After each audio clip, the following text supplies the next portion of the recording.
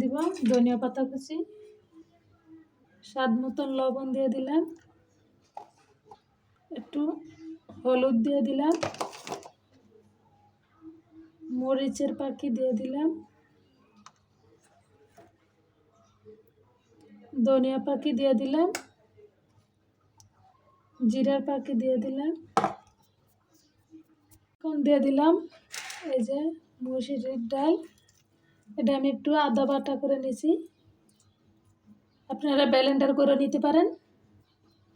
1 চামচ আদা বাটা রসুন বাটা দিয়ে দিলাম, এটা না দিলেও চলে। এখন আমি ভালো করে এগুলা মাখায় নিব। আপনারা ডিমও ব্যবহার করতে পারেন এর সাথে। এই যে আমি কিছুটা মাখায় নিয়েছি, এখন দিয়ে দিব বেসন। বেসন দিয়ে দিলাম, এখন দিব চালের গুঁড়া।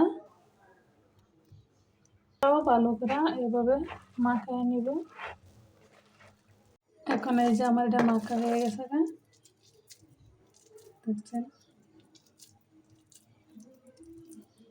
আমি কিন্তু এটা পাতলা করে করব। ডালের এই যে পেঁয়াজের মতনই বানাবো পাতলা করে, দেখছেন।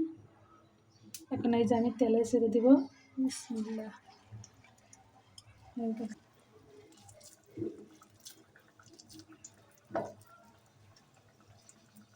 এটা এরকম পাতলা করে বানাবেন, তো জিনিসটাই কিন্তু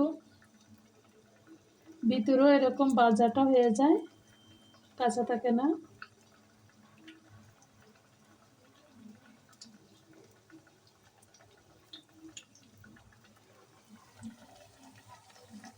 এভাবে আমি সবগুলো বানায় নিব।